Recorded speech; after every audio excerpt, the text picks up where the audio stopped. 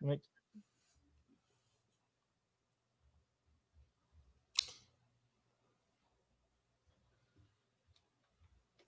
Oh, is my computer plugged in?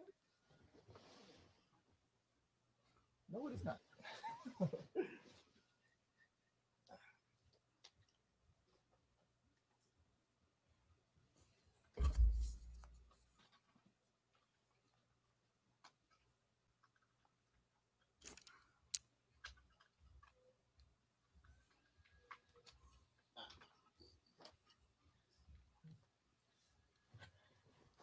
All right, rookie mistake.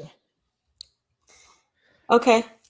All right, I'd like to welcome everybody to the first inaugural Control Your Experience livecast. Fiddling around with this new software and being guided through it by my co-host here for this show, Miss Obi Marway. I apologize if I butchered that, but she's here to give us some perspective on what exactly is going on in Nigeria. Some of you may have heard I won't say the hashtag, but the slogan "End SARS" might not exactly know what that is.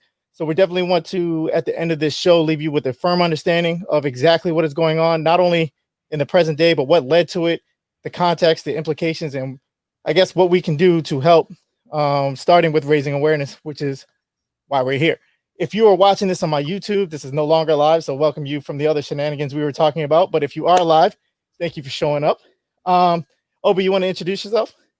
Yes. Hey, everybody. My name is Obi Wanwit, and I am a producer, a reporter, and I have an online news platform called The News with Obi, where I talk about all things politics happening in our local community and around the world.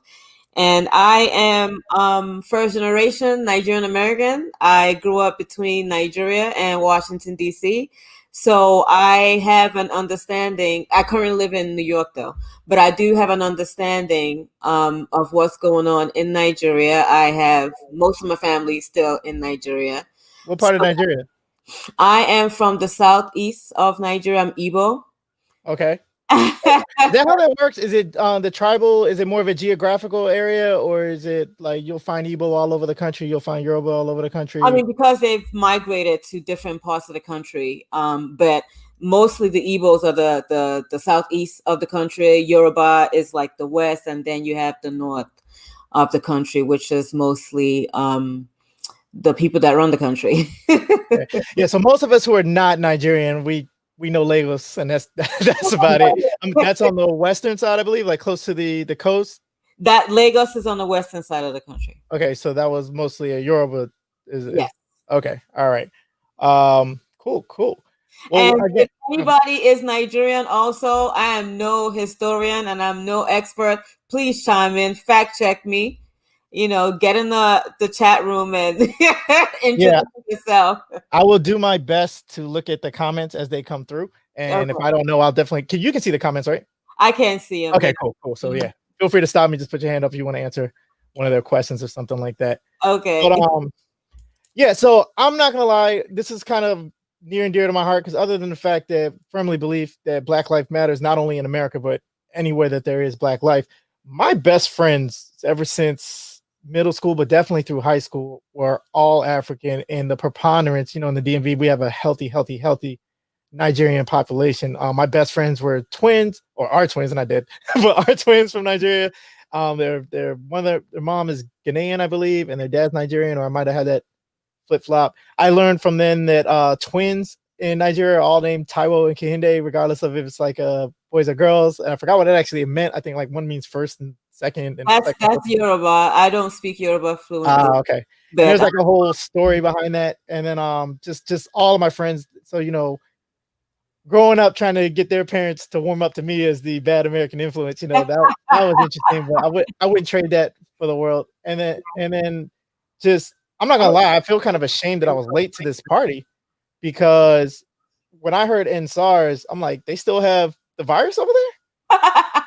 Right. Then, everybody thinks it's still the SARS virus, right? That might have been like a month ago. I think would have been the first time I heard it, but I didn't even think to go click in it because whatever. And then it wasn't until I started seeing the hashtags, I'm like, wow, this must be getting really out of hand. And then you go click on one and it was nothing about the SARS virus. Right. Um, I'm gonna give you just my base understanding, and then I'll let you jump in with what it is. Tell me where I'm wrong, where I have it wrong. Okay. So the first thing that really made me look at it was the report of the shooting where many people lost their lives, and they were in SARS. And I was like, wait, in one day that and then they were talking about bloody this. I'm like, okay, this is not a virus. I clicked on it, and what it sounded like is that there is a unit of police that are in Nigeria called the special, what is it? Special anti-robbery squad. Anti-robbery squad, and they had been brutalizing Nigerian citizens, and not just like beating them, but like murdering them, raping them, and ultimately robbing them. From what I understand, that this task force was created in the early 90s. I want to say 92 or 94, one of those dates. It's actually 84, some Oh say wow, 92. okay, It's a lot longer than that. but it's been decades. Yeah. And the first thing I thought of, probably why I grabbed 94, was Rodney King, and I'm like, wow, they've been dealing with their same police brutality nonsense that we have for the longest time. But that's still just a cursory level of what's actually going on here. Yes, you have authority figures, police, whatever they may be, who are abusing their authority to, for the most part, just extract money, but obviously to take advantage of women to feel empowered or whatever. Mhm. But if you go look at it, this is much like what's going on in America, where the symptoms of police brutality are indicative of the disease of bad governance. Yeah. But at least in America, it's more so along racial lines and financial lines, where there's not necessarily a caste system in America, but you definitely have the haves and have-nots, and within the haves, you have the upper 1% and everybody else. Right. Where it gets crazy, at least in my estimation, in Nigeria, is that you have police forces that are, there's no one section of the country that is safe from this. Not only, obviously, if you look like you have money, you are an easy target for people, which is what I understood to be happening. My Nigerian friends used to always tell me that when they go home, they have to like, over here we say tuck your chain and everything, but over there they have to just look modest. They don't wear Jordans. They don't do anything that makes it look like they have been to America or that they have money, because you'll just be trying to go about your business and it'll be a traffic stop and they'll ask you, do you have anything for the boys? Right. I'm like, okay, my mom is Salvadoran and I've been to El Salvador, so I know all about like the local cops just, trying to get because they think you're American. That's what I thought it was. But from what I understand, it's way worse. That's a good encounter. It's what actually happens is they have people in vans roaming the streets, grabbing up anybody who looks like they might have money. Not a lot of money, not necessarily more money than them, but just money that they don't have and they want. Yeah. And if you try to look at this objectively and from the lowest common or the lowest compatible factor before you get into the larger implications of it, you could say, well, maybe this was just like any other police force where this was a very necessary unit that was formed. It's got some bad apples in there, and they need to be weeded out. At least that's how the common line they try to give us in America, that it's not a cultural thing. It's a few bad elements in the group and everything like that. But when you go and look at it, that it's literally any and everybody in this squad is feared, and it happens all over the country, not just in Lagos or any of the urban centers. You be out in the rural parts of Nigeria. It doesn't matter what tribe you're in. You are subject to this. Yeah. And that goes back to years and years and years of bad governance. What do we mean by that? Right. The people. So I mean, Nigeria has, before SARS was created, Nigeria did have a police harassment problem, but it wasn't as prominent as it is right now with SARS. Like you mentioned earlier, SARS was created in 84, some say 92, but it's the Special Anti-Robbery Squad of Nigeria, which that police department was created to perform undercover operations against armed robbery or any crimes associated with firearms or even kidnapping. But like you said, over the years, SARS has gotten really out of hand, and they've illegally harassed people, raped, killed. Nigeria currently does not have a database, a police database. If your loved one is arrested, you might not know where to find them. They're just lost in the sauce. They're Yeah, there are people that have been picked up by SARS for a year or two, and nobody knows where they are. And this particular movement, and don't get me wrong, Nigerians have been protesting police brutality, but this time around, it picked up momentum because on October 3rd, a few weeks ago, a young man by the name Joshua Ambrose was arrested by SARS and later on thrown out of a moving vehicle. And that's the one that made me look. I'm like, viruses don't kick people out of moving vehicles. Like what? And I hate myself for thinking that because I thoroughly just pushed it to the, and that might be conditioning where I just thought, oh, the disease is still running through Africa like that, and that's terrible. But it's just like, and unfortunately, that's how most people view Africa.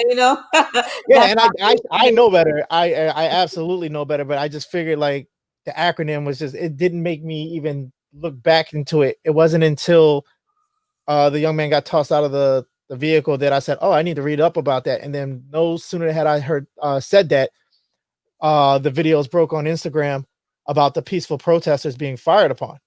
Right. So peaceful protests have been going on in Nigeria for the past 2 weeks. I mean, they were even bragging about how their protests were so peaceful that there were no looting, there was no vandalization going on. And I'm like, yeah, I'm proud of my people. Y'all got to speak up. This is the time. But and those 2 weeks, the president of Nigeria did not come out to say anything. And the protests were so organized. I believe I'm under the understanding that there were a group of 10 women, 10 feminists that funded, especially the ones in Lagos, that actually made sure, because if you look at some of those initial videos, they were being fed, there was water, they were marching. Even at one point, there's a major highway in Lagos called the Lagos Benin Highway that the youth shut down, and they were cooking in the middle of the street. They're like, we're hungry, but we're not leaving. They got shout out to our sisters and shout out to the resourcefulness. And that should point out to you, because a lot of the criticism for the Black Lives Matter movement in America by, for lack of a better word, hoteps, you know what I mean, is that, oh, the women are running it, so it can't be for us. They have their own agenda. And then, of course, the women at the forefront of BLM are members of the LGBTQ community. So It looks at them like, oh, they have an agenda. And then they say it's, funded by rich white people trying to, all kinds of nonsense, Yeah. But the common denominator is that wherever our struggle is, our women are in the streets. Oh yeah, getting it done. So shout out, sisters. I want that to be. It has to be highlighted. It has to be highlighted. So these women were making sure that the protesters are being fed. I'm talking about these protesters are your Gen Zers, So they, and you were talking about right now, they believe that they have nothing to lose. We're talking about young Nigerians that will go to school for a semester and they won't go to school for another year and a half, only because the teachers are not being paid. They go on strikes because they're not being paid. So there's a lot, and SARS is a catalyst to a whole bunch of other things that's wrong with Nigeria. Nigeria, for instance, we all know, is the most populated Black country in the world. We have 250 ethnicities and with over 500 languages, but of course, English is the main language. Now, the colonizers did not put any of this into consideration when they lumped us all together as one Nigeria for their own benefit. Oh, just like in America, you ask a Native American, they're all Indians, you know what I mean? But you have so many tribes that were just in the Iroquois Nation that were now the current 13 colonies, the first 13 colony states are. So that's just part of the course. Anywhere that there's a colonizer, they redraw their maps based on who wants this mountain, who wants this beachfront. Damn, who lives there? I see my friend Efua is in the chat. Hey, how you doing? Thanks for joining us. Oh yeah, okay, cool. So like I was saying, they did not, and people wonder why the ethnic groups in Nigeria don't get along. Believe it or not, with this SARS movement, some people are trying to say it's dividing us. It's not. We have not seen a protest of this magnitude in Nigeria in a long time. That's right? Good to hear. And for this is the most together Nigeria has been, despite having always having chaos with these different ethnicities. And now, depending on who you ask, some people will say the NSARS issue only affects, let's say, your Yorubas and your Igbos and other ethnicities, but the Northerners, which are majority the Muslims of the country and majority of the people in office that recycle being in office, that it doesn't affect them, that they go about their everyday lives and nobody bothers them like SARS will bother the rest of the people in the country. Right. The current president right now, Muhammadu Buhari, is a Northerner. He's Muslim, and his first time in office. This is his second time being in office, mind you. His first time in office was from 1983 to 1985, and he got in office based on a coup, right? Mm-hmm. The same reasons that he threw a coup to overthrow a democratic president are the same issues that we're having now that he's president again. So the prior guy was democratically elected. He was being viewed as being failed, I guess, the country. Yeah. So then the current president, was he even in the military prior, or was he another politician? He wasn't in the military. He wasn't in the military. He was a retired military general, and he threw a coup that overthrew the president. This was back in 1983. Right. But he's not considered a Democrat. I mean, not a Democrat. He's not considered a dictator right now. No. Okay. Although he acts like one. Right. But and Nigeria is only 60 years old. We have people in office. The president is in his 80s. We have people older than the country. Wow. What does that tell you? That tells you that a lot I never thought of that. Right. That tells you that a lot of things about how they are handling Nigeria is backwards. What the youth are asking for in Nigeria is to stop killing us. I have cousins, relatives that, SARS always pulls over.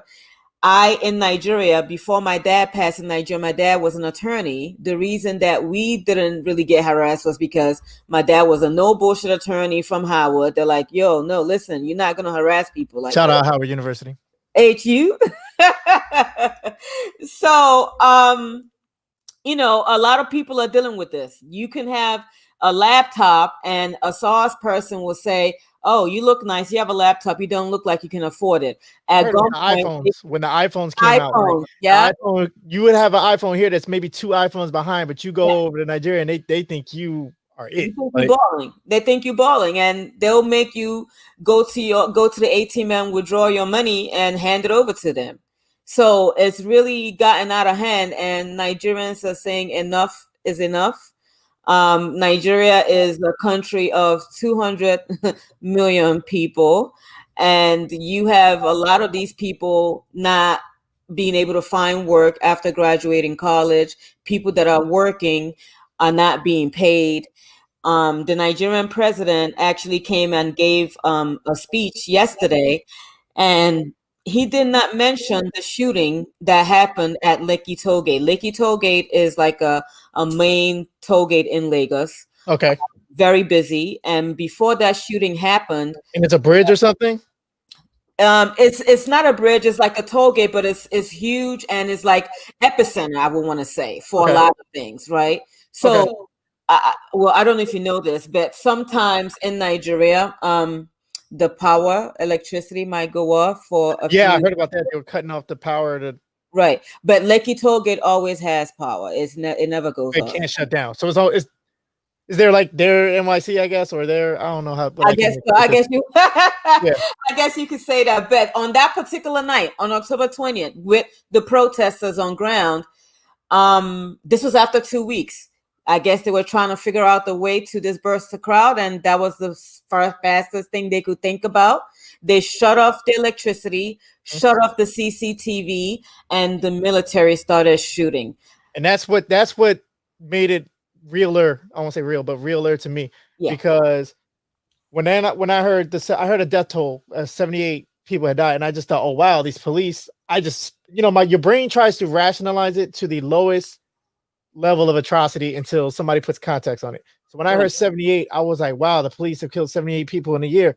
No, this was 78 people in a day, and it wasn't the police, it was the military. And we're talking about armored military that's not supposed to be used anywhere. Like So if besides we somebody parallel that to war. what Trump did with the church and all he did was have them mason. So the equivalent of that would be you've got protesters who are literally protesting police violence, and then the head of state authorized the active military whose job is to fight off invaders, aliens, whatever the movie calls for, to fire on unarmed. And they're unarmed because even if you want to play the here we get the conservative think tank, oh, they weren't being nonviolent. Nigeria does not allow private ownership of firearms. No. So you can own a firearm, but it's not like it's legal. You know what I mean? And not to say that criminals don't have guns, because that by definition makes them criminals. But those criminals are not the ones protesting in the street. So everyone there wouldn't know even where to find a gun, let alone be able to get one. You know what I mean? Right. And these are like young people that don't have jobs, that could barely, figure out what's going to happen the next day. But are still looked at as targets, right, by the SARS squad or SARS. Right. So, I mean, I got an article, and the friend that sent it to me, we got into an argument because of this, because he's saying that nobody was killed at the Lekki toll gate. He's saying that the article, now this is the Nigerian government trying to do damage control. Right. Absolutely. They're saying that the military was shooting in the air. Okay, so you shoot in the air. Don't you know that when those bullets come down, they can hit people? Absolutely, because this is a populated area, right? This isn't just like a highway. This is a populated area, densely populated, where masses of people were out protesting peacefully. Right. So even if none of the protesters got hit, people out in their yard, people doing laundry, whatever it may be, could have got hit with these bullets. And why are we even justifying shooting peaceful protesters? To be clear, this is bullshit. It's bullshit, but right.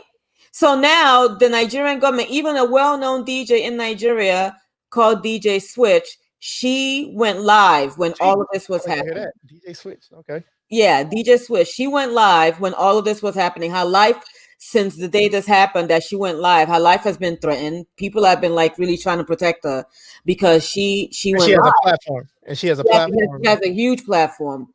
And she has another video that I saw today where they picked up bullet shells to show as evidence that they were being shot at. She had a bullet that got pulled out of somebody.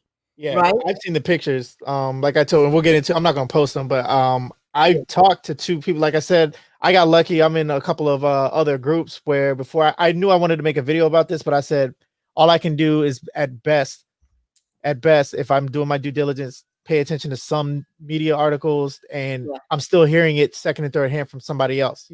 Let me talk to Africans who not only might be there right now, but have family members telling them it's not going through a media source and everything like that. And I got exactly what I asked for, because the pictures that were sent to me of kids, man, like 17, 18, 19-year-old kids with and I'm a gun guy, and I hunt. So when I look at these wounds, I know exactly what that is.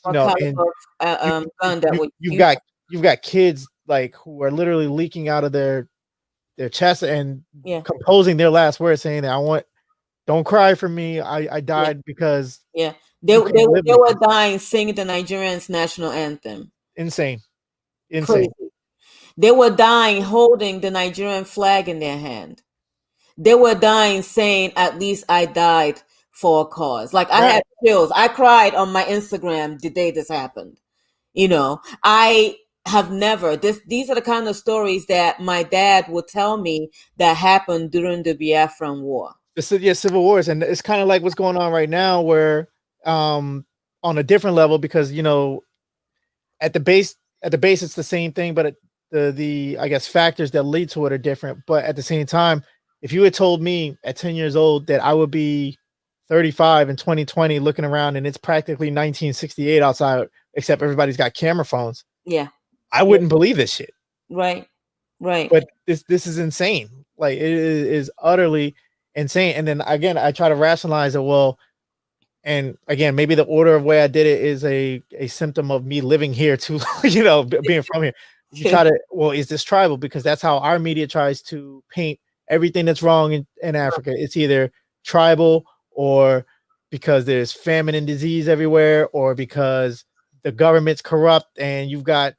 Well, let me tell you this. The media in America, yes, just trying to paint the African story as if it's tribal or if it's religion.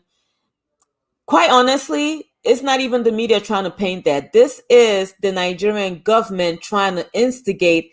Okay, so you know how right now in Nigeria there's looting going on. Right. With every protest that you have, there's going to be people that are there to protest. There's going to be people that are there to loot, right?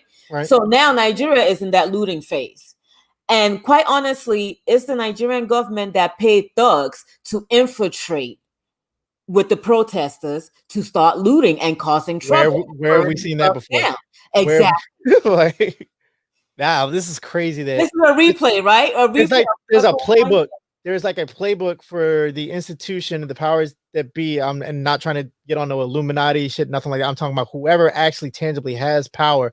Yeah. They don't have to imagine how to destabilize, because the playbook has been laid out for them. Yep. Right. So it's like when they talk about, oh, in Nigeria is a tribal issue, is a religion issue. That's the government again. All you got to say to a Muslim is that Christian over there, they peed in front of the mosque. That's it. That's enough for trouble to break out. Yeah. Or, oh, that Christian over there, they burned the Quran. That's or they drew a cartoon of Muhammad or right. So when they talk things like this, they instigate problem, and by the time you know it, hundreds of people are dead. And then they come in like, oh, we had to establish order and do all this. So this discombobulates the people, and they chill out again. They chill out and become docile like they want them to. But this time around with the SARS movement in Nigeria, these kids, oh my God, I'm praying for them. Shout out Gen Z. It's the same thing here. You need to see videos of Nigerians these kids shouting, go fit kill us all. Go fit kill us all. You kill one person, go fit kill everybody. Meaning you can't kill, like you can shoot at one person, but we coming strong. Which is so and like I posted on my Facebook and Instagram, like if Nigeria misses this opportunity, it's game over for Nigeria. Oh, somebody sent me one of the guys I was talking to sent me DJ Switch's video of the Lekki Tollgate onslaught. So yep. So check. I might share it to my YouTube. I'm not gonna try and do it now with the live and everything like that. Yeah. I want to put like a parental or like a trigger warning or something like that. Right. But, right. So it's amazing that the fact that we have camera phones, that's the only reason why we know what's going on. Right, and propaganda used to belong to whoever owned the press. Exactly. And when I say own the press, I mean literally own printing press, literally owned the television networks. That's why anytime that there is a dictator, anytime that there is a communist or socialist that is in totalitarian control, the first thing they do is obviously take the media, then they take not the media, they take the military, then they take the press, because they control the narrative. Right. But now it's a little harder to do because everybody being televised. Right. So I mean, yes, the Nigerian president came out 3 days after the protest and said, yes, SARS has ended, but we're gonna start SWAT. And the protesters reject it. It's the same shit. It's just a different name. So you taking the same people from SARS and putting them in SWAT. They said, no, we're not having that. We need all of it disbanded. First of all, I don't know if you know this, but the people in the House and the Senate in Nigeria make 5 times the salary of the President of the United States. The members of the equivalent of the Nigerian Congress each make 5 times more than Donald Trump. They make a lot of money.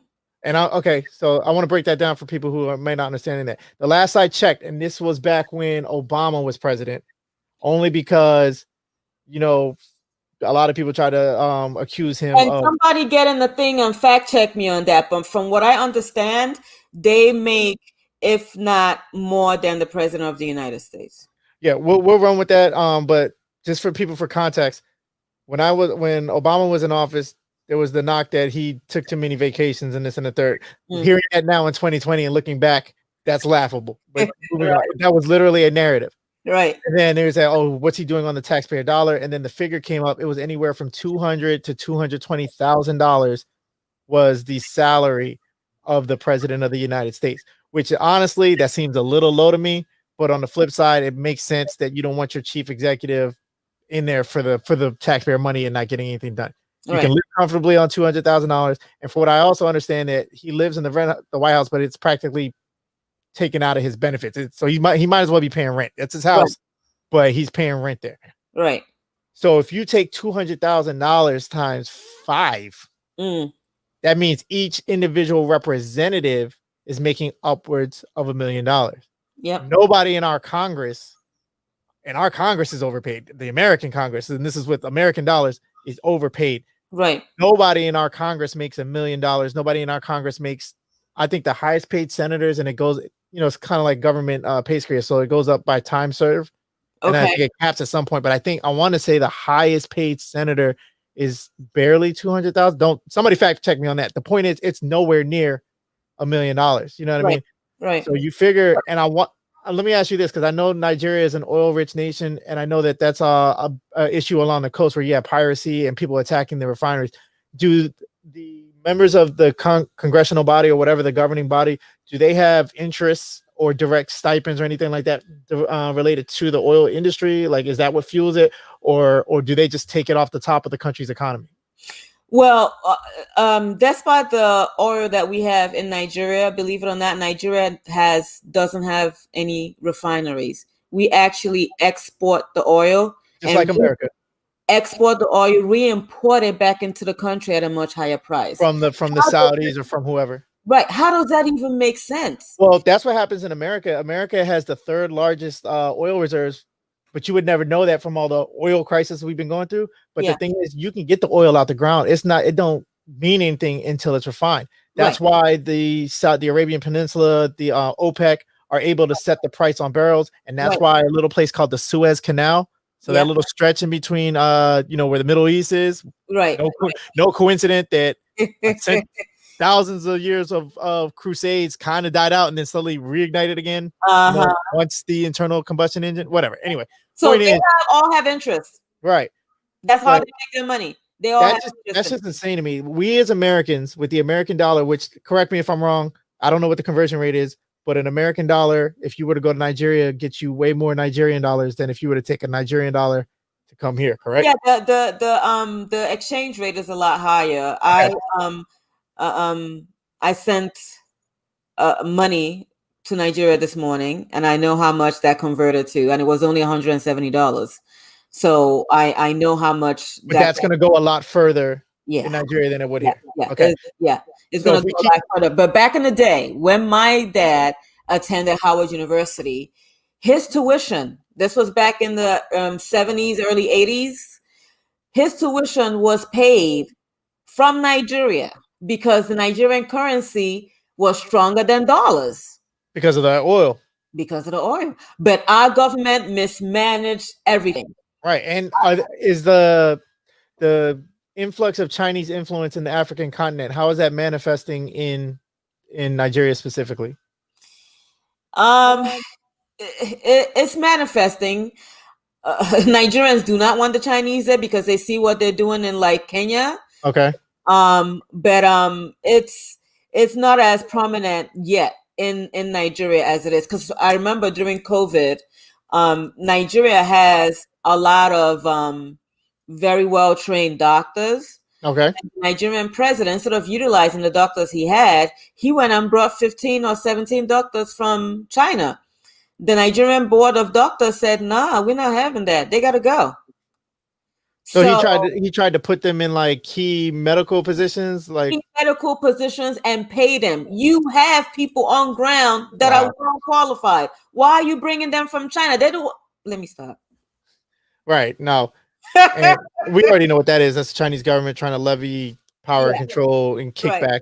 Right. So with that, there is wealth in Nigeria, just like there's wealth in almost every African country that is either being mismanaged.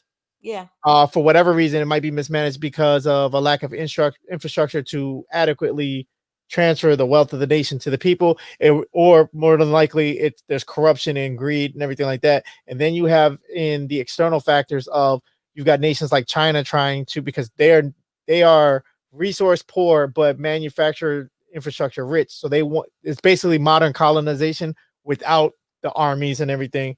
They come to Africa, they say, hey, let me buy into, I'll give you all this money to enrich your stuff, but now I own most of your economy. You know what I mean? Stuff like Right. that. Right. And So that's that, the reason why Nigeria doesn't want China there, because with Kenya, I believe if Kenya does not try to pay China back, they are going to take over China. So Nigeria's like, we see what's going on over there. We're not coming, you're not coming to come and own us like that. right. And honestly, the problem with Nigeria predates the days of my father, predates the way before him. This is all what the colonization of the British did. In Yeah, Nigeria, it's going back from they, even at any time in African nature finds any kind of stability or normalcy, one of two things happens. Yes, there might be some kind of tribal faction or anything, or a coup, but rarely does that ever just come out of nowhere. One of the main powers, us, yeah, CIA, whoever, yeah, had an interest there, much like China does now, where, hey, we want some of your oil, we want some of this, whatever. We want a presence here because yeah, this puts us militarily within stone's throw with somebody else who we don't like. yeah. So I'll give you these weapons, I'll give you this medicine, I'll give you these clothes, food, whatever, Change if for if you're friendly for it. And then once that person either accepts it, you're in bed with them, they own you, or two, if they balk at it because they say, nah, I know what this is, somebody comes in the night, assassinates them, makes it look like this other faction did it, right, another civil war, and now they try it again. right. This, we've seen this in Iran, we've seen this in Nicaragua, we've seen this anywhere Yeah. our CIA goes. What's happening in Nigeria is not happening in isolation. We all know that. It's been decades of the same thing. For instance, Nigeria turned 60 on October 1st of this year, and Queen Elizabeth, all she did was congratulate Nigeria on the relationship they have with the British. Oh, Queen, that's all you're going to say? That's really all you're going to say, sis? Thank you for, wait, Right. Thank you're you. welcome that we take you Let us seriously. use you. Yeah, it's an accomplishment that you let us, that we take you seriously. What the fuck? Like, Yeah. yeah, that's typical. That's white people whiting. Yeah. So let me ask you a question, because and then we'll get back to specifically SARS in Nigeria. But you mentioned that, like, none of the political things, none of the things that lead to the climate or the abuse or mismanagement of resources, or even the fact that we have a president. How long has this president been serving in Nigeria? He got into office, I want to say 2 years ago. The next, or maybe last year. And Anyway, elections are every 2 or 4 years. 4. Okay, so every 4 years. So this is a newer president, but he could very well decide he don't want to go, because you said he ran a coup to take over. So he has military support. He ran a coup back in 83. Oh, okay. So, right. Oh, So so he hasn't been in power since 83. He ran the coup in 83. he ran the coup and he became the president from 83 to 85. And then somebody else took it, and now he's back. And now he's back. He's been trying for years to come back. So But, when he was the president back in 83, it was under military rule. okay. Now Nigeria is a democratic country. Right. And he's back again. He made all these promises. But first of all, we cannot keep recycling these people older than the Right. country. It's the same politics. It's the same politics. And then let me ask you a question. So when he got elected this last time, was there any debate of whether or not the election was legitimate? At first they were saying, yeah, I mean, they were saying it was legitimate. It wasn't like one of those. A lot of people really thought that he was going to be a good fit. You know, so people voted for him in good faith. There wasn't like he stole the election not this time. But he has not done that one thing. Right. And whether or not he's done a good job is you see what we're dealing with. But okay. So my question is, the name of the beast right now that we're talking about in Nigeria is SARS or SWAT, whatever they're trying to change it to. Right.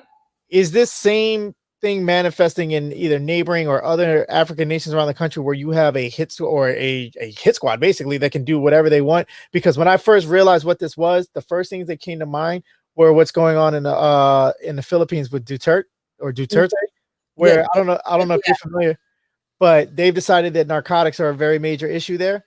So much so that there's a squad. I don't know if it's a specific squad within the police, but I do know that the police are so empowered to be judge, jury, and executioner in the street. Mm-hmm. Whereas if they suspect that you are related to drugs, whether or not it's using, selling, or trafficking, they can literally kill you in the street, and they don't even have to like pick your body up. They'll leave you right then and there, and they don't even have to justify it. They could just say that somebody told them that, or I saw you that, and that's the end of it. Yeah. I told you my mom is from El Salvador, and El Salvador just got a new president who's a very, very young guy that they are very optimistic about, and I'm surprised he's still alive because the MS-13 is big down there, and I'm surprised they haven't taken him out. But knock on wood, he's still in there doing good things. But it's heavy-handed. Like I think that's part of the reason why he got there, because he's trying to pull it back. At least that's what he says. But when my uncle goes to go visit my grandfather, there's a part, they live in a rural part of El Salvador, and he's driving, and then he got out for some reason because something was blocking the road. He gets out, there's bodies in the grass, and he couldn't understand what happened. They were clearly shot. And then you look up, it's because the police force is grabbing anybody who they think, or in the most legitimate sense, and it's not legitimate, but in the most legitimate sense, if you're suspected of being part of MS-13 or any other gang, any kind of drugs, they don't have to take you in. They will take you to the top of this hill, they'll shoot you, and they'll throw you in. They were rolling down, and they were ending up there. It's just common knowledge. Wow. That's insane. And these are police. These aren't people with hoods in the night and everything. They're just doing this, and then going about their day. So I say all that to say absolute power obviously corrupts absolutely. You could start out altruistic in your goals, believe in the law, but when there's nobody there to check you, when you're not there to check yourself, when you don't even know what that means anymore, you're going to see it, which is how I tried to rationalize SARS. But it became quickly apparent to me that, there's the whole abuse of power, but even if there wasn't, the reason why you have police doing this is because they are broke too. Everybody in this country is broke. Yeah, I was going to get to that, because the police, people that are in the police, the policemen and women, they could barely feed their family, on their little salary, and see, that's another thing. And that's the reason why my uncle took, I'm going to give you an example. My uncle took his 2 kids to Nigeria last year, and they're probably 8 or 9. And people were asking them, what's the difference between the police in Nigeria and the police in America? And these little kids said, all the police in Nigeria, they're beggars. They're always begging for money. It's like they pull you over and they have their hands open. That's what I heard. The girl said, do you have anything for the boys? That's just a common. Yeah. And then I forgot what the word is, because my homegirl PJ, well, her name's Peju, but she's from Nigeria, and she can code switch with the best of them. She's an attorney, Duke educated, and everything like that. Shout out PJ if you watch it. But she goes to Nigeria, and because she's like, I don't hide. They know I'm they think I'm a foreigner because I have on Americanized clothes. I'll wear African clothes, but it's just the air about me. They can tell that I come from somewhere. They say stuff to me. I forgot what the word is, but it's basically their version of gringo, or you know what I mean, for like who's not from there. And then she'll speak back to them in their language, and they'll be like, how do you know that? I'm like, I'm from here, asshole. Like, get out of my face. So that's what I thought it was. I thought this was just you've got broke cops trying to get over. But again, that lends to the narrative that there's just a few bad apples. No, this is a systemic thing. This is a systemic thing that needs to change from the bottom. There's a lot that needs to change with Nigeria in terms of, we're starting with SARS. How about we get the senators to come out and say, okay, we're gonna take less from our salary so that other people can get paid, or we're going to start paying the police department, paying them a lot more so they're not out in the streets harassing you for money. Or even, like, I don't know if you saw the video of where there are quite a few videos roaming around now of COVID-19 relief food that was they're hoarding it in the warehouses, correct? They're not letting it in the warehouses. And we saw this in Mogadishu, right around. Anybody who's seen Black Hawk Down or watched any of the documentaries and everything, you had Muhammad Farah Aidid was the warlord in Somalia at the time. So you had the UN and NATO dropping off, all kinds of relief and everything, but the warlords were taking it and hoarding it, not only for their troops, but even if their troops were well fed, they were not giving it out because the quickest way to force compliance is to starve people. You know Yep. what I mean? So, but that's And, a warlord. You rationalize that as the government is doing this? yeah, they had literally those bags of like, and we're talking about warehouses of food that can go around to entire states Are for these perishables? Is it like yeah, rice? yeah, rice, perishables. Thankfully, none of it has gone expired yet. But Mhm. the fact that people, I know how much I've sent home this whole COVID thing because people couldn't work and people couldn't eat. I know how much I've sent home. Are they seizing the wire transfers? Are they? Because I know No, that has. they're not seasonal. But the fact that they had those food items stashed away instead of giving it to the people, the reason they do stuff like that is because after COVID is done, they'll try to resell it to the people that it was supposed to be for free, A hype or beast, making during money, yeah, making a making premium. money, or when they start campaigning, they will use that. Oh yeah, I'll say, "Oh, we'll give you food. Vote for me." there you go. It's all about leverage. It's There all you go. about leverage. There That's you go. insane. Then for this to be happening from the sitting government, not a warlord trying to take over, Yeah. not a criminal organization who, the sitting government is doing this. The Yeah. members who are fighting for election, Yeah. that's Are the ones fucking are the ones doing this. So insane. I 2020 all over the world is exposing a lot of things and a lot of people. So Nigeria right now is on the verge of change, and I really hope that they don't give up. We need to figure out a way forward. We need to, first of all, the protesters need to find out who these thugs are and have a talk with them, and not let the government keep brainwashing them and paying them. Yeah. Let's get into who the SARS member are in a second. Now, let me ask you a question. Have you ever physically either laid eyes on a SARS member or had an interaction with one, with like when you go visit or anything like that? I mean, yeah, when I go visit, police they pull us over, and when they do pull us over, the first thing they tell me is, because they know my dad, before my dad passed, he will say, "I really don't want you to say anything. I will handle this." Or after my dad passed, my cousins will say, "Don't say anything. You have an American accent. We don't want, and we have enough troubles as it is."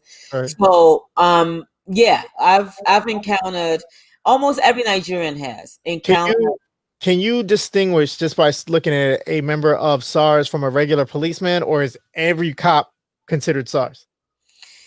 You can't distinguish them. Some SARS are not in regular uniform. So they're Um, walking around in civilian clothes and everything like yeah, that. right. Oh And wow. then the police. Remember, I told you, in the police also you have this police harassment has been going on for a while. So you have police sitting on the street too, asking you for money as well. So it's all over. You can't escape it. You just got to pray and hope that you don't get thrown into the back of a van Okay. because they feel like you have on nice gear, or that you have a nice cell phone that's Or you actually, can go to the ATM and grab them some and money. grab them some money. Now, the reason why I asked that too, how you can identify them versus the regular police, 'cause I'm assuming regular policemen have at least like a service revolver or service pistol, or maybe even an assault rifle, like an AK-47. The SARS members, are they just typically a bunch of them in one spot? Are they armed with clubs? Do they have knives, guns, etc.? Or From what I understand, they do have some kind of guns and stuff like that, but you can't really honestly distinguish them because they are riding around in civilian clothes in cars. Policemen, you see them in police uniform. right, But yeah, it's not easy to distinguish who they are. right. So And I know that they are doing the whole, they'll ride around in a van, see you walking, and literally just grab you. I've also heard from two of the people who I contacted in Nigeria that there have been massive home invasions where in the middle of the night they just kick in your door because they know you don't have guns. And this isn't me. Again, I'm a super gun guy, super 2A guy. I'm not trying to make that an issue yeah, because that's not what I'm here to argue, that the people in Nigeria should have fought for their 2A rights because they don't have 2A rights. Regardless, what I'm yeah, saying is because that the police and SARS know that the only way that there's going to be met with gunfire in this house if these are actual criminals, you know what I mean? yeah, That everyone they go is pretty much a lick to be hit. But beyond that, they're so bold to break into houses and everything. It's not just money they're coming for. They're raping women. They're brutalizing and killing people. I mean, the breaking into the houses is there, but it's not as bad. Because it's not the quickest way for them to get money. They would No, rather it's grab not. you in the street, empty your pockets, take you to the ATM. Right. It's In not the house, as, the house it gets messy. right. So, but if we miss this opportunity to get it right, I think the whole It's going to escalate. It absolutely is going to escalate. escalate. Right. So yeah, it's a huge problem in Nigeria, and I'm really looking for ways or tips or suggestions on how to move forward. A bunch of us have been raising money to figure out a way or what needs to be done. Again, is a problem of bad governance. And now, we were talking about who's in SARS. I sent you a document in Facebook Messenger from one of my contacts over there, who what it appears to be, and I'm going to read it for you guys. What it appears to be is a selection from a document that outlines like a job posting. Basically, if you want to be a member of SARS, these are the requirements you have to make. Now, I got it from a third party, and when you're looking at it, it says it comes from Naija. I'm saying that right, NaijaLoaded.com.ng, which I'm assuming is the suffix for the internet in Nigeria. Right. There's no other labels on here, so for all I know, this could have just been typed up, by somebody and posted on that website. I don't know. Yeah. However, the way it reads, it doesn't read like a doctored document. So I'll read it to you guys. Right. It says SARS recruitment form requirements for 2020/2021 are as follows. Number 1, applicant must have possessed a minimum of second class, lower degree, or HND. What does that mean? HND is I want to say is an equivalent of an associate. An associate's degree, so not a high school graduate, but at least 2 years of undergrad wherever. Okay. Yeah. Okay. Must be a Nigerian citizen. So those first two are equivalent to American police. Most police forces, unless you're in like in a rural small town or something like that, require you to have at least an associate's and be a citizen. Yeah. All right. Must be between the age limit of 20 and 30 years and must not be more than 40 years of age by January. So that year you apply, you can't be more than 40. 40, right. Okay.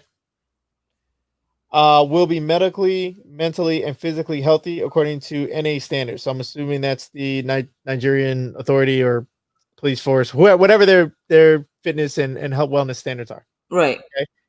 At least 2 recognizable referees must recommend the applicant. You got to get 2 letters of recommendation. So all this seems pretty standard, nothing outrageous or anything like that. A male applicant must measure 1.68 meters. I want to say that is 5'7", 5'8". 5'7", 5'8", yeah. Yeah, I don't do the metric system. And females must be 1. So I can't even read it because it's got a highlighted selection, which is about to blow you guys' mind. 1.6 something meters. I think it's 1.65. I don't know. So almost the same height in height. You can't be a normal or a smaller woman. Here's the one that blew me away. Candidate must be an ex-convict. See, I don't know how accurate that is. Right. To wrap your head around that. What do they mean by convict? Like a felon, a misdemeanor, or somebody who, and then in the jail, like And then number 2, because SARS is a special task force that is treated like police, but they're not technically the police, correct? Right. Okay. So then I'm trying to wrap my brain around how are you a certified police officer and a criminal? You know what I mean? But then I'm like, if you look at the name, what was it? Special Anti-Robbery Squad, right?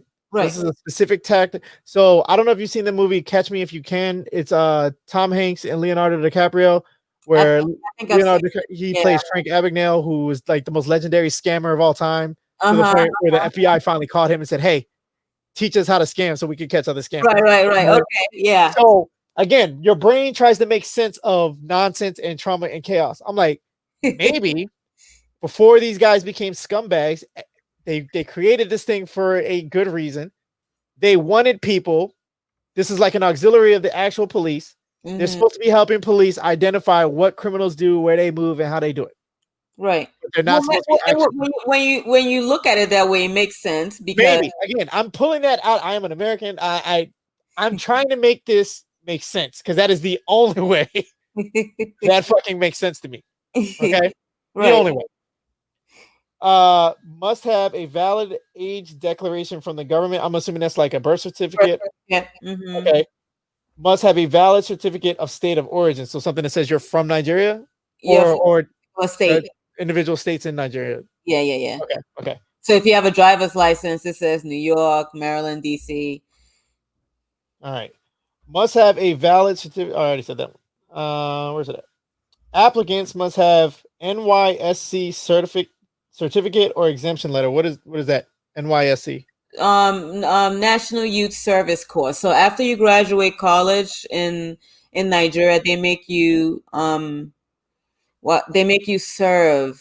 It's like it's mandatory enlistment into the military, but you might not be active duty like an infantryman. You might just be a supporter auxiliary. Okay. Right. So it's pretty much it's like doing an internship, but you do it after you've graduated. Right. And it's mandatory for everybody in there.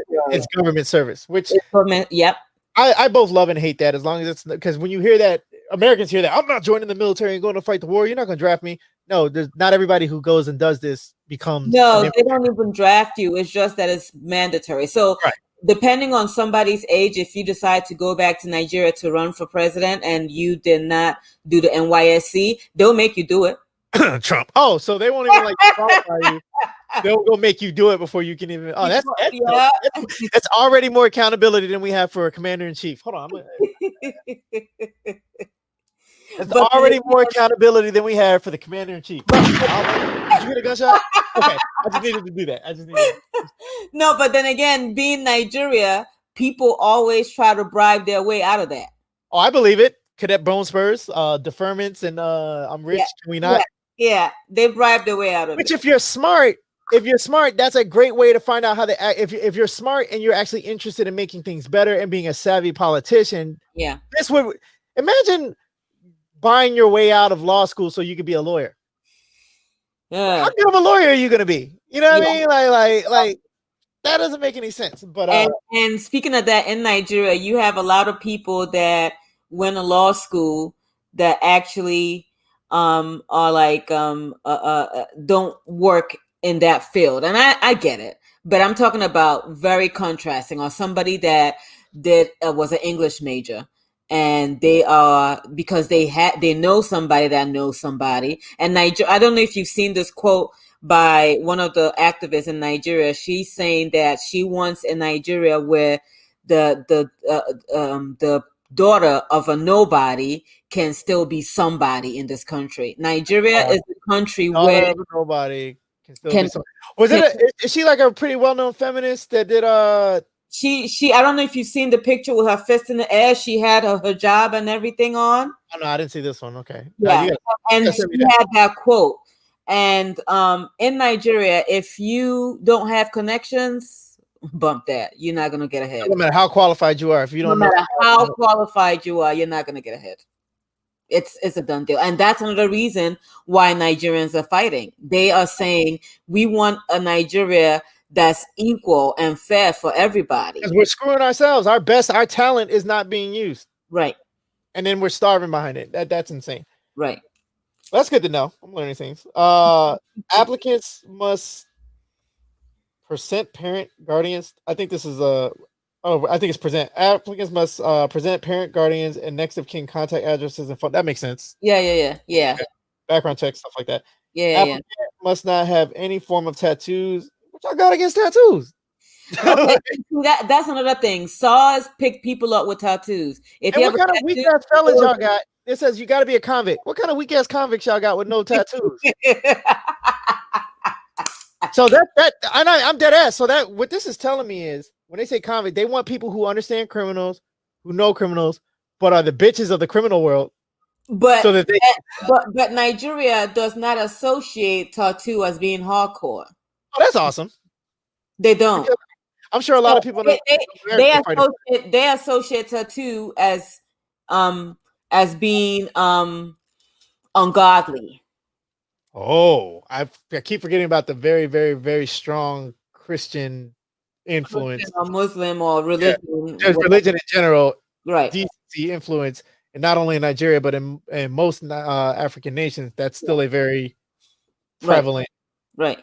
Ah, So it's like a moral thing for them. They look at you're you. defacing your temple, if you will. Yeah. How does that rationalize with tribal marks? Does that same stigma apply to tribal scarring? Because And that's the irony of it. They don't look at tribal marks as a tattoo. They look at it as a cultural thing. So one of the reasons why Nigeria or most African countries are where they are today is religion, ethnicity, culture is what's keeping us back. Like, for instance, I was talking to a friend in Lagos today, and she was like, "Oh yeah, it would be good if people could raise money to help businesses that have been vandalized." I'm like, "I'm all for that. Let me know where I can donate." She was like, "Yeah, while we're at it, maybe we should rebuild the police department." I'm like, "Wait a minute, the same police department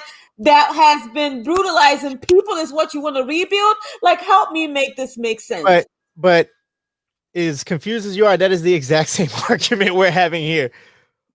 Defund the police. No, we need to give them more money and tanks and shit. What?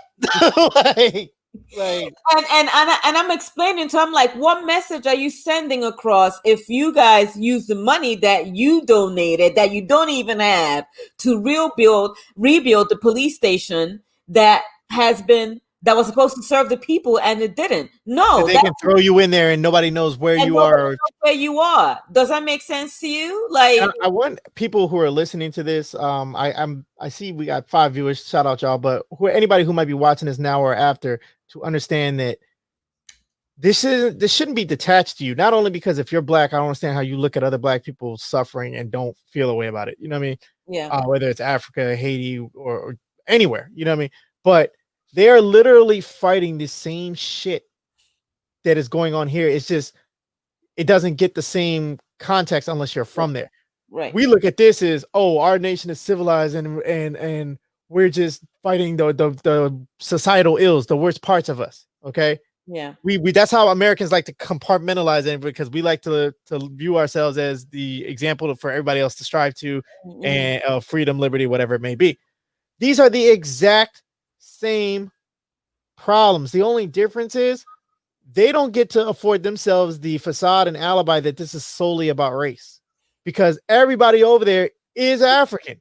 Right. It's not a tribe. No one tribe is safe from this shit. You know what I mean? Like it is what comes down to the haves and the have-nots.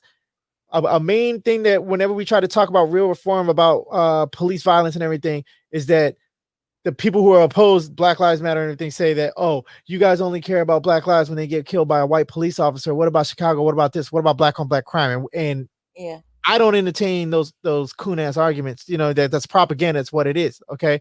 But at the same time, it's like, why are we having that conversation with the government who is attacking us? Yeah. What does crime have to do with the people who are supposed to be the legislative or you know, the law enforcement agency? Yeah. We can assume that's a racial lines here, because that it disproportionately affects black people here. So we can ignore it. It still serves the establishment to say, oh, it's just, maybe it is racial. It's got nothing to do with the fact that crime follows poverty. That is a criminological fact. Anywhere you go, around, anywhere there's abject poverty, anywhere that there's disenfranchisement, anywhere that there's a lack of education, anywhere that there's a place where women are not stratified on the same level in terms of earning ability, educational opportunities, their health, their autonomy to their bodies, there is crime, because you create an edge effect where there are people who have, there are people who do not have, and the people who do not have want to have something. Yeah. But they learn really quick it's dangerous to victimize these people. Not only crime, but you have a high rate of people having babies. Yeah, because that's all you do when you're broke. Yeah. You're not getting the education on how to family plan, and then you factor in that Nigeria, by our definition, will be a very conservative nation, where the point of having sexual intercourse is to reproduce. Whereas Americans, I mean, I'm not saying that people ain't getting it in Nigeria, but in American culture, we smash because we want to. Yeah. You know what I mean? but there is a much higher presence, strong prevalent. Like we look at Mike Pence as a weirdo. Oh, he's just, or the evangelicals is that's their crowd. You know what I mean? They're just super Jesus-y or whatever. That's a norm in the African, and like even the most liberal people over there still have a very strong connection to religion and decency and stuff like that. So when you're poor, that's all there is. A lot of Nigerians in Nigeria are huge Trump supporters. You know why? It does not surprise me in the least. Because they say Trump is a Christian. Which is insane. How you watch that man walk up to that. Never mind the church. Before that, this shit stuck out of my head because I'm a heathen. However, I am familiar with religion. I went to church. My mother's Catholic, so I was Catholic because that's how that works. You know what I mean? Yeah. So I understand communion. I understand the Bible and everything like that. When this man was running in 2016. They asked him, nobody even asked him. You know, like those memes where they go, nobody, absolutely nobody, and then somebody says some dumb shit. He just happened to pull out his ass. Oh, I was reading the Bible, my favorite verse in 2 Corinthians, and I don't know what I was doing at the time. 2 Corinthians, I remember that. I want to say I was at work and I heard this on the radio, but I drive for work, so I remember just going, "Nigga, what?" Like, I'm a heathen and I know that it's 2 Corinthians. You know what I mean? I'm like, this man. Trump has not set foot in the church before, I don't think. And then, so that was in 2016. Never mind the fact that just a few months ago, this man maced and pepper sprayed protesters so that he can go in front of a church that he's never been in. Yeah. Or photo op with the Bible that he held upside down. Yep. And then he questions the religious fervor and faith of a man who, if you don't think that man's religious, the tragedy, and again, I'm not a huge Biden fan at all. You know what I mean? But I call a spade a spade. There's no doubt in this man's religious devotion, because even if you did, the stuff that has happened to him in his life would have broke a normal man without some kind of faith, whether or not that's faith in religion, without, you know what I mean? Like the shit that man has been through. I know. You know what I mean? Yeah. It's clear to me that his faith is the only thing holding him up. No, seriously. And beyond that, you could just they teach these. It blows me away whenever I see kids who grew up in the church who their parents might be preachers. So they develop that preacher voice real quick when they're like kids and everything like that. Yeah. But so they're groomed to preach or how to speak and everything. Joe Biden has a preacher's voice, but he's not trying to preach to you. You know what I mean? He's talking to you from him, but what he says is a word, a gospel, whatever. Right. You only get that if you believe your own brand of bullshit. Now, whether or not it's bullshit or another, but you believe it. You know what I mean? Like the man carries around his dead son's rose. Like what? That shit would trigger me. You know what I mean? But like, but then you see this man walking around 2 Corinthians. I was just like, what? And then if rappers, like, black people, the second that you wear some fake Jordans or some fake Louis or whatever it is, or you use the wrong slang, or you ain't gang, you ain't part of the culture, how all these Christians can look at this man who's got 5 kids by 3 women, or I forgot how many it is, but he's had 3 baby mamas. 3 baby mamas, got caught with, and again, I'm not slut shaming, I don't mind porn stars at all, strippers, but got caught paying prostitutes while married, right? And his number 2 is the most evangelical, damn near zealot. You know what I mean? Like ever. All of that was. And they look at you with a straight face, like, yeah, he's a Christian. I'm not saying Christians are perfect. That's the premise of the religion, is that you're not fucking perfect, but you're supposed to be at least trying to be, or at least sorry for the shit that you do wrong and not trying to do it again. Trump doesn't care. That man ain't said sorry to nobody. Nobody. Ever. Yesterday, I do take responsibility, but it's not my fault. I didn't feel like watching the debate. I watched it for my podcast for the people who aren't, I scored the debate, which I'm gonna get into later on my own thing. But so let me do a recap and then we can end it with what we can do to help. Okay. Yeah. Started out saying that this isn't just merely a police brutality problem. That's how it's manifesting. It absolutely is a thing, but this is not. This comes from decades and decades in a young nation that is being held to a standard by foreign media that a country that is 400 years old can't live up to. But that's a whole nother conversation. You have a young nation who is finally finding its identity in many ways, but at a cost. Yeah. Because the people in power are not only overpaid, just in any way you slice it, but because they're overpaid, their interests aren't the people, their interests are their positions. Exactly. And because of that, you've got bad governance, and where even before this whole SARS thing, the country would restrict resources, would cut power, electricity to people, would hoard food and other aid to its citizens. And now you juxtapose that with they formed this squad either in the late 80s, early 90s, which was supposed to be to combat robbery, which is was or is a very big problem in Nigeria. However, you've got people who are less, I don't want to say less than educated, but not as educated as they should be. Right. You got people who are most likely have a criminal background themselves, and that's why they were sought out. If this document has any sort of veracity, and there's little to no oversight over these people, even if they were model candidates. And on top of that, they're not paid well. So they have an edge. The only way to make their money is to become the predator of the people that they're supposed to be protecting. So it doesn't matter if they're the same tribe. It doesn't matter if they're from the same area. It doesn't matter if it's a city or a rural area. You have something that I need or want. I don't care if you have less money than I do. I want the money that you have because my family has to eat. I have to eat, whatever. The haves, the have-nots. Yeah. That's where it goes.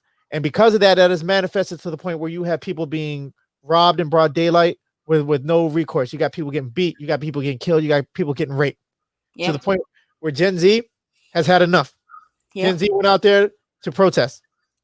At which point, the most bizarre, I won't say bizarre, but the most egregious part of this is that the active duty military, not SARS, not a local police department who felt that their lives were in danger, where we heard that shit before, the active duty Nigerian military fired upon peaceful, unarmed protesters and killed at least 78 people, at least. Military that was supposed to defeat Boko Haram and they couldn't. Oh, yeah, we ain't gonna talk about Boko. You know what I mean? They're still there, correct? Yeah. Okay. The military fired on unarmed citizens, killed at least 78 of them. The government, instead of acknowledging this, the government, instead of punishing the military, or doing any kind of civilian oversight, whoever gave the order, is trying to act like one, it didn't happen. Yeah, they're trying to do damage control now. So now you have all over social media. DJ Swift was her name. Is that what you said? Switch. DJ Switch. Oh, there's a DJ that I grew up with in Baltimore. That's why I said Swift. R.I.P. K Swift. Anyway, DJ Switch has a platform of social media to the point where it's putting her life in danger because she has uploaded video, which I will attempt to get some on my YouTube channel of exactly what happened at the live shooting while it was happening. At the, what was the name of the toll gate? The Lekki toll gate. Lekki toll gate, in which dozens and dozens of people were murdered, dozens of young people. When I say young people, I'm not talking about 24, 20, I'm talking about 16, 17, 18, 19-year-old kids. Yeah. You know what I mean? Getting killed and dying like, geez. Like, because Jesus Christ, you know what I mean? Like, and that's where we're at. The main thing that I hope to accomplish from this is not only clarity and context for anybody who might not have known what the hell was going on, but to hope that the awareness spreads. Just like we have hashtags here for Breonna Taylor, for Black Lives Matter. This needs to spread because it's clear that the Nigerian government has no interest in fixing this. That it's going to take international pressure, whether or not it's from the U.S. Good luck with the Agent Orange, maybe, you know what I mean? But like, whether it's from the U.S., NATO, whoever wins the election in the U.S. on November 3rd, United Nations, will have an influence on what happens in Nigeria. So we need to keep awareness high, not only for the sake of letting them know that the microscope that they are in the Budweiser hot seat, but to make it known that when our foreign policy is in shambles, this needs to be a priority for us as well. Us as Black Americans, us as Nigerian Americans, as whoever you are. Yeah. Awareness is the only thing that's even going to, because the government there is not interested. The government there figures that they can starve these people out, that they can cut the power, that they can rename and make small concessions and go out back to business as usual. Yeah, and Nigerians in Nigeria, honestly, they are not asking for handouts. All my brothers and sisters in Nigeria want is for SARS to stop killing them. They want a better Nigeria. They want to, because when you look at it, Nigerians outside Nigeria, we thrive, you know. I mean, in the US alone, Nigerians are one of the most educated, you know what I mean? So all Nigerians in Nigeria asking for is an opportunity to be like to be the great nation that it's supposed to be. Mandela said it best. Mandela said that if Nigeria gets it right, the rest of Africa will get it. And that's because Nigeria is considered the giant of Africa, because we have a lot of natural resources. We have lots of oil. We have manpower. We have a lot of, I mean, even with the limited resources Nigeria has, look at what comes out of Nigeria. Afrobeats, Nigeria. Movies, Nollywood, Nigeria. And they still make all that happen. I feel like Nollywood's going to be where it needs to be in a good 15 to 20 years, because if for nothing else, they believe in themselves. Like, you watch this, and if you're from here, you're gonna look at it. What the fuck did I just watch? But on the other hand, it's like they have the juice. This is like an underground, like a mixtape artist who don't quite have the production and don't have the resources yet, but he knows his shit is fire. Like, Nigerians could make a badass movie in 10 days. I'm talking about guerrilla production. Their interpretation of the old kung fu movies. And the special, obviously, it was like, if you're looking at it like a movie snob, this is terrible. But if you're looking at it as somebody who is doing this from nothing, yeah, and just maybe in 5 years this has popped up, then I'm seeing this in America. Yeah. Oh, this is gonna be ridiculous quite soon. Yeah, I mean, Nigeria there's a series on Netflix. I forgot what it was called, but it's black women in Africa. It's like an action series, a queen or something. Shit. I'm sure Netflix is like huge on Nollywood now. Like, that's good. That's good. Yeah, and there's a documentary on Netflix I want your viewers to go see. I'm gonna pull it up real quick so I can give you the exact name. This documentary gives you a detailed history about Nigeria and how the name of Nigeria came about. So it is called, come on, where is this? Okay, it's called Journey of an African Colony, The Making of Nigeria. Oh, while I got you here, because I've always had a question about this, and every time I read a book, it gives me a different thing. Benin, that's not part of Nigeria, correct? You mean the Republic of Benin? Right. Nigeria has a state called Benin, but the Republic of Benin is a different country. Something totally different. Mm-hmm. Okay. With the you talked about how the colonizers drew their own lines, whatever. Mm-hmm. Was at one point ethnically or culturally the state of Benin and the Republic of Benin, are they close together? Or are they neighbors, or were they ever linked? No, it's just a common name. It's a common name, but quite honestly, when you watch this documentary that I talked about, you will see that most of these African countries had a connection. Okay. And I'm talking about, it dates back to the 15th century. Okay, yeah, I'm definitely gonna watch it then, because every time I try to figure this out, in the last, I had already rationalized that it's not that I didn't care, it's just my head hurt. But it wasn't until Black Panther came out, and then that scene where Eric Killmonger was pointing to the different article. I'm like, no, I never got a fucking answer about where this was. So that's good. I want to. And one other thing that I want to say is everything they taught us in school in Nigeria was a lie. They taught you in Nigeria? Yeah, about how Nigeria came about was a lie. You can't even get African history in Africa? Let me tell you this. So they told us that one of the colonizers, his name is Lord Lugard. You probably have heard about him. Him and his girlfriend named Nigeria, created the amalgamation of Nigeria back in 1914, and they named Nigeria. In this documentary, and people probably knew before I knew, I just watched this documentary the other day and I was infuriated. The name Nigeria, okay, so it came about nigger, right? So Nigeria was named out of nigger, but it was nigger area. That's how Nigeria came about. Are you fucking me right now? No. I thought it was related to the river, but then I was like, where did the river get it from? That same river was actually Nigger River. Like it was, so I think Mali, they named Mali nigger something, and they didn't want to. And see, that's the mistake Nigeria made. Most of these countries Once they got their independence, they changed their name. Right. Nobody in Nigeria ever thought, okay, maybe we should change this name. So what No. about Niger? What about Niger? Like, is that the same thing? Niger probably was also named out of that, but Nigeria really means nigger area. The white people, the audacity. Like the total audacity, right? The total audacity. Like that documentary, I tap danced around watching it. When I watched it, and I'm like, you gotta be kidding me. Okay, so for instance, in Nigeria, they don't teach us a lot about slave trade. They don't. Unlike Ghana, no. Check this out. Check this out. Nigeria. They don't teach you about the transatlantic. Not a lot. It's not in our curriculum like it should be. This is depressing me because you're from Africa. Like hoteps exist now because they're before they became, there's guys who just are using it trying to get spiritual, smell good women and Yeah. But the average person who is drawn to it, romanticizing Egypt, is because they are just looking for something to cling to as an identity beyond what we're told we are here. You know what I mean? And I'm glad and that's a good thing, because for us in Ghana right now, you go to Ghana has the point of no return.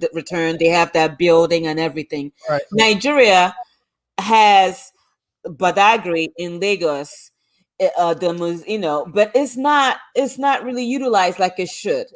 Nigeria had one of the worst slave histories that you can ever imagine, but somebody somewhere was able to suppress it, that we don't talk about it. Nigeria right now, like you already know, we have 200 million people. During slave trade, about 4 million people were stolen from that. Like, it was bad. And nobody tells that story. And that's why when you see Africans that end up coming to the US, they have this animosity with their African American brothers and sisters because nobody ever taught them about slavery. My best friends in high school were all African, and they were never like bigoted towards me. But I think one of the reasons why I got along with them too, because they recognized I was smart, like I was in all their classes too and keeping up with them. Yeah. So, and I was reasonably popular. I wasn't like Mr. High School, but I was a nerd who also was athletic. So we messed. So I thought we were good. All through high school, though, they used to sneak me in and out of their house. And I didn't get hip to what it was because you figure it's the summer. Their parents are already at work. So I'm here during the day. And then I leave because I got to go home. Yeah. It wasn't until you trying to hang. We've been playing Mortal Kombat or whatever it is all day. Why I got to go home? Let me just crash here or you come. You know what I mean? They could always come to my house. No problem. Right. But when I try to stay over there, they would make excuses. I'm like, it took me like a good 2 years to catch on. Are you trying to get rid of me, my nigga? Like, and then they're the younger brothers, but all their sisters were cool. You know what I mean? Because at first they were like, "Why'd you bring him here?" But then they saw that I wasn't like, a thug or anything. You know what I mean? Yeah. And then it was like, "Oh, you got to get him out of here before mommy gets home or before daddy gets home." And I was like, "You didn't tell him I was coming? No, we told him you were coming. We didn't tell him you were still here." And I was like, "All right, I'll meet him." Nah. You know what I mean? And then they would come to school for whatever function. They would meet me and it'd be cool, but it was just different. And then one day I just refused to fucking leave. I'm like, I'm not fucking because they literally had me climb out a window. Like, it was a basement with a window in the laundry room that was just above ground. And I'm like, I don't even sneak out of girls' houses like this. But y'all are dudes and my best friends. So one day I just refused to fucking leave. And then they were nervous as shit. And they're like, "Oh, hi, how you doing?" And then I was like, "Hi, I win, right?" And I got my first taste of fufu. That was great. And then they gave me this stew, which Kenny and Tenny, they warned me. That's what I call them. Their names are Kenny and Taiwo, but I call them Kenny and Tenny. So they were like, "Don't eat that." I'm like, "Why?" I've never had this before. They're like, "You can't handle it." I was like, "What are you talking about? It's spicy." I'm like, they know I don't like spicy food. I'm like, "No, you already can't handle normal spicy food. You can't eat this." I'm like, "Fuck you. I'll taste it. At least it's rude if I don't." You know what I mean? When I tell you my mouth was on fire for 4 fucking hours. And then they tried it like, "This isn't even the hot shit." And I was like, it probably wasn't the hot stuff. No, it probably wasn't. I already, and this sucks because I'm half Latino. I can't handle spicy food. I'm the worst one. My whole family makes fun of me of this, but it's not like I'll try to grit it out. My mouth will literally peel. So I don't know if it's like an allergy or whatever, but I just can't do it. Oh wow. I'll never okay. and I ate that out of the, and I was like, I can't do this anymore. I thought I got over, right? I wake up, it was a Saturday night. I wake up in the morning, oh, you're coming to church with us now. And I didn't bring any church clothes. So I had to wear, I'm a good 6 inches taller than both of them. And at the time I wore like a size 11. They might have wore a size 9. So I'm wearing the church clothes. And then African church is just as long as Black people's church. It was Going to church in the African household is not going to church is a no. You got to go to church. I'm scared because I don't want to fall asleep because I don't want the parents to judge me. But then two, the shoes are so small that they hurt, so I couldn't fall asleep even though I wanted to. But they're on both sides of me sleeping, about to get me in trouble. So I'm like, wake up! Like it was the weirdest. But after that, I was Gucci, you know. Like they love me. They say come over whenever. But But all that to say is that there is particularly with Nigerians, that there's this barrier which at best manifests as something childish like that you can overcome just with friendship. Mm-hmm. When you're meeting in the professional sphere, when you're meeting, competing for jobs, or one of you has to hire a Nigerian or vice versa, a Nigerian has to hire from you, that's a very real thing. And it hurts me to know that you can be African in Africa, from Africa, and still not get African history. If that's not compelling to people, I don't know. Yeah. And that's another thing that, the curriculum needs to change. In Nigeria, they need to include more history, because we wouldn't know what the future holds if we don't know what our past is, right? Absolutely. So that needs to change. All kind of statues of any kind of British whoever needs to get torn down like now. I don't know if there's like our Confederate statues. Like, why are you here? Yeah. Tear those things down because they've been lying to us. My dad used to brag about how he fought in the British Army. That was, when I think about it right now, Dad, rest in peace, but that was bullshit. They used y'all. Yeah. They used them and left the country with nothing to lift itself back up. We're still dealing with money and bounce. You know what I mean? Like, right. So it's a lot of undoing that needs to get done. Is there a political party? Because I tried to look up, America's main political parties are the Republicans and Democrats, and you can argue that there's a third party, but nothing forming a credible threat yet. Yeah. I tried to look up the dominant parties in Nigeria, and there's a bunch of parties. I couldn't really tell who are the main players. I do know that there are two main players, but the let's say the third most powerful one, how far behind second place is third place in terms of power and influence? And are any of those parties for actual reform? I'm not talking about rebranding SARS as SWAT. I'm talking about actually getting shit done and making it right. Or is there no political base for actual reform? They all come out and say that they want to get shit right. Of course, they all give the political campaign talk, but at the end of the day, you have somebody, let's say the current president right now, he leaves office. The next person he puts in office is almost his puppet, right? The next person they make sure that gets voted in will be the puppet of the person that left before. We can't have that anymore. So there's a democratic electorate process, but at the same time, the influence, like the super PACs, the people who buy the elections, that's still a thing.